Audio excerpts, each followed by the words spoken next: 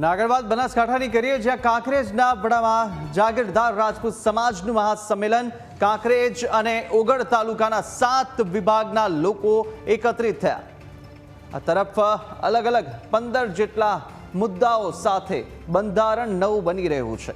15 જેટલા મુદ્દાઓ સમાજના હિતમાં નિર્ણયો લેવામાં આવ્યા. કાંકરેજ ખાતે જ્યાં આગળ આ મહાસંમેલન છે, સમાજમાં લગ્ન મરણ પ્રસંગે થતા ખોટા ખર્ચા અટકાવવા પર પણ ભાર મૂકવામાં આવ્યો છે.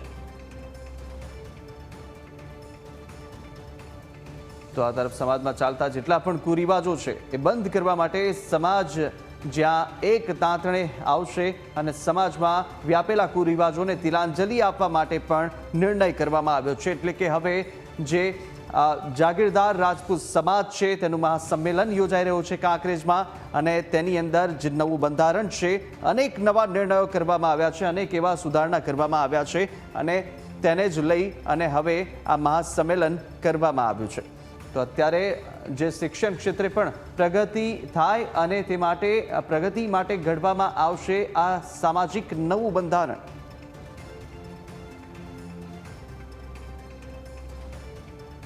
અને આ તરફ કયા કયા મુદ્દા આમાં લેવામાં આવ્યા છે તેના પર પણ નજર કરી લઈએ. વાત કરીએ જ્યાં જાગીરદાર રાજપૂત સમાજનું આ બંધારણ, જેમાં સગાઈમાં 1 દાગીનો, સાડી, શ્રીફળ અને આ તરફ પહેરામણી 2100 રૂપિયા લેવી અને આપવી, આ પ્રકારનો નિર્ણય. તો સાથે સાથે આગળ વાત કરીએ કે જ્યાં આગળ આ સગાઈની અંદર મર્યાદિત સંખ્યામાં જવું, એટલે કે વધુ લોકોને આમંત્રિત ન કરવા, મર્યાદિત લોકો માટે એ પ્રસંગનું આયોજન થાય. લગ્ન પ્રસંગમાં પણ જુગાર રમવું નહીં અને રમવા પણ નહીં દેવો. જે પ્રથા હતી જુગાર રમવા માટે એકત્રિત થવાને, તે તમામ જે કુરિવાજો છે અને જેટલા પણ દૂષણો છે સમાજમાંથી દૂર કરવા માટે એક નવું બંધારણ તૈયાર કરવામાં આવ્યું. લગ્નમાં વરરાજાને 1 જ વીંટી, ઘડિયાળ, સાફો, સેલું અને 1 જોડી કપડાં આપવા તેવો પણ નિર્ણય લેવામાં આવ્યો છે. આ નવા બંધારણની રચના કરવામાં આવી રહી છે. સાથે રોકડ ચાંદલામાં ₹1100 લેવા અને આપવા, 1100 થી વધુ નહીં, 1100 જેટલા જ રાખવા તેવો પણ આ નિર્ણય છે આ નવા બંધારણની અંદર કરવામાં આવી રહ્યું છે. અને મોરવીને 1 જોડી કપડાં અથવા તો રોકડ રકમ આપવી તેવું પણ નિર્ણય છે તે કરવામાં આવ્યો. વધુ પડતો ખર્ચ લગ્નમાં થતો હોય, પ્રસંગોની અંદર થતો હોય, તેની પર સંપૂર્ણપણે કાપ મૂકવા માટે કહેવામાં આવી રહ્યું છે. ચોરીમાં પણ જે આ તરફ 2 વ્યક્તિઓ એ હાજર રહેવું ચોરી દરમિયાન તેવું પણ કહ્યું છે. અને તેનાથી વધારે નહીં, 11 જોડી કપડાં લેવા અથવા આપવા, વ્યવહાર આ રીતે કરવાનો તેવું પણ કહેવામાં આવ્યું છે. તો સાથે સાથે કલાકારો, ડીજે તથા બેન્ડ લાવવું નહીં, એ પણ તેની અંદર જે રૂપિયાના જે ખર્ચા છે તેની અંદર કાપ મૂકવાનો એક નિર્ણય કરવામાં આવ્યો. અને હલ્દી પ્રથા બંધ કરવા માટે પણ આ બંધારણની અંદર કહેવામાં આવ્યું છે. સાથે જ વરઘોડામાં પણ જે ગોળ પ્રથા છે તે સદંતર બંધ કરી દેવા માટે પણ સમાજના આગેવાનો દ્વારા નિર્ણય કરવામાં આવ્યો છે.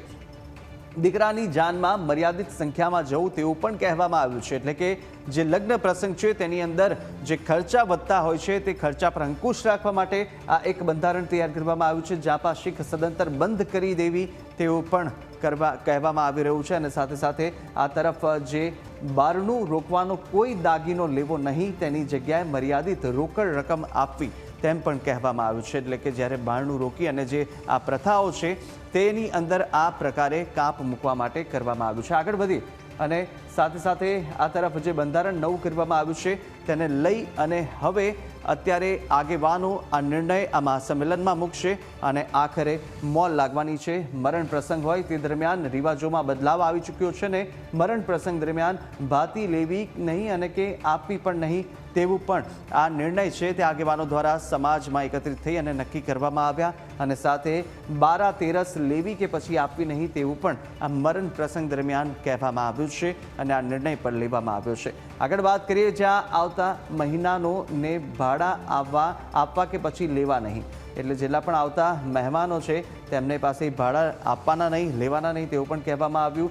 અસ્થિ વિસર્જન માટે ફક્ત કુટુંબના સભ્યોએ જવું, વધારે લોકોને લઈને ન જવું તેવું પણ આ નિર્ણય છે કહેવામાં આવ્યો છે. આ તમામ જે ખર્ચાઓ વધતા હોય છે તે ખર્ચાઓને કાપ કરવા માટે આ જે બંધારણ છે તેની અંદર જુદા જુદા નિર્ણયો લેવામાં આવ્યા. સાડી આપવી નહીં, ફક્ત ₹20 કે 50 આપવા તેવું પણ કહેવામાં આવ્યું છે. એટલે કે દેખાડો કરવા માટે ખોટા ખર્ચા ન કરવા અને સાથે જ આગળ વધીએ જ્યાં મરણ પ્રસંગ દરમિયાનના જે રિવાજો છે તે બદલાવ કયા કયા કરવામાં આવ્યા, કયા કયા નિર્ણયો લેવામાં આવ્યા તે પણ જોયું છે અને સાથે જ હવે એ પણ જોઈ લઈએ કે આ મહાસંમેલન દરમિયાન અને આ જે નવું બંધારણ ઘડવામાં આવ્યું છે તેને લઈ આગેવાનો શું કહી રહ્યા છે તે પણ સાંભળી લઈએ। અહીંયા આપણે વગર તાલુકાની અંદર જાગીરદાર સમાજ રાજપૂત ને અહીંયા બંધારણ વિશે અને શૈક્ષણિક રીતે જે આપણે અહીંયા મહાસંમેલન જ્યારે રાખવામાં વડા મુકામે આવ્યું છે ત્યારે સૌ અમારે આખા ગુજરાતથી જે સમાજના ભાઈઓ જે પધારેલા છે એમને સાથે લઈ અને ચાલવાનું છે અને જે વધારાના ખર્ચા માટે જે આપણે આયોજન રાખેલું છે જે મહાસંમેલન એમાં સૌ બધાની રીતે પોતપોતાની જવાબદારી એમને સંભાળી છે। દરેક આગેવાનો મિત્રોને યુવાનોને એમને શૈક્ષણિક આગળ વધારેમાં વધારે આગળ વધે અને વધારાના ખર્ચા પણ બંધ થાય। જે સમાજના નિયમો જે કરવામાં આવ્યા છે તેમનું સૌ પાલન કરશે સમાજ। રાજપૂત સમાજનું એમ કે આ બંધારણ થાય એમાં કોકરેજ તાલુકામાં અને જીવાડા દેકાવાડા બધાએ 7 પરગણામાં આ બધું થાય એ સારું છે।